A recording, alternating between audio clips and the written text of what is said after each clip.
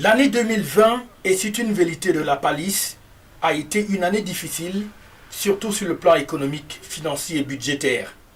Ceci à cause de la crise sanitaire liée à la pandémie du coronavirus.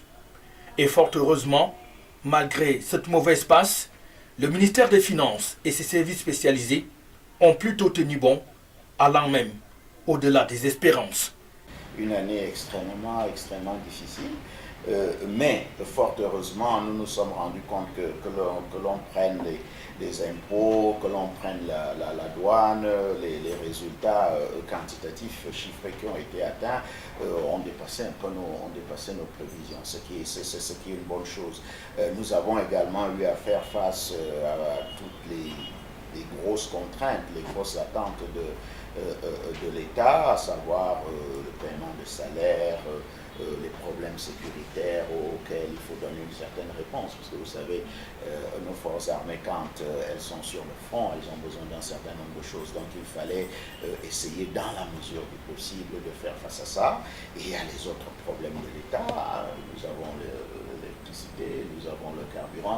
C'est des choses qui ont quand même permis au Cameroun de confirmer la résilience dont on parle souvent. En visioconférence nationale, voire internationale, le ministre Luc-Paul Motazé a présidé le vendredi 12 février 2021 la conférence annuelle des services centraux, déconcentrés sous tutelle et même détachés dans les ambassades du Cameroun à l'étranger, ainsi que des partenaires du département ministériel dont il a la charge, et en a donc profité pour tracer les perspectives de l'année 2021 avec de nombreux défis à relever, dont le moindre n'est pas la Coupe d'Afrique des Nations de football 2021 que le Cameroun accueille en 2022.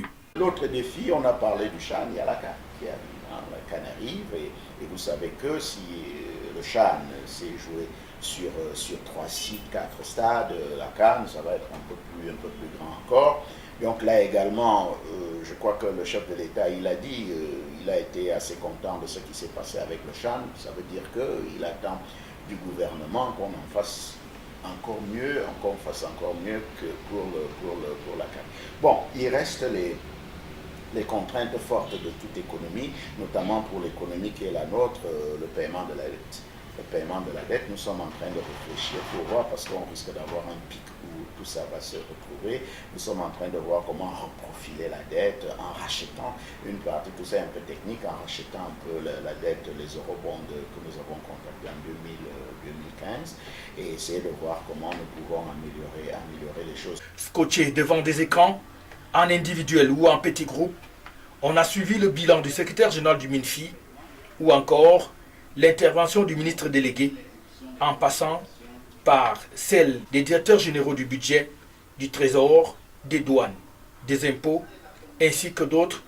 La prouesse technologique a donc permis de faire le tour de la question sur la vie et le fonctionnement du ministère des Finances, l'argentier de l'État, pour traduire dans les faits le programme économique et financier du Cameroun pour cette année 2021, comme cela a déjà été le cas pour les précédents exercices.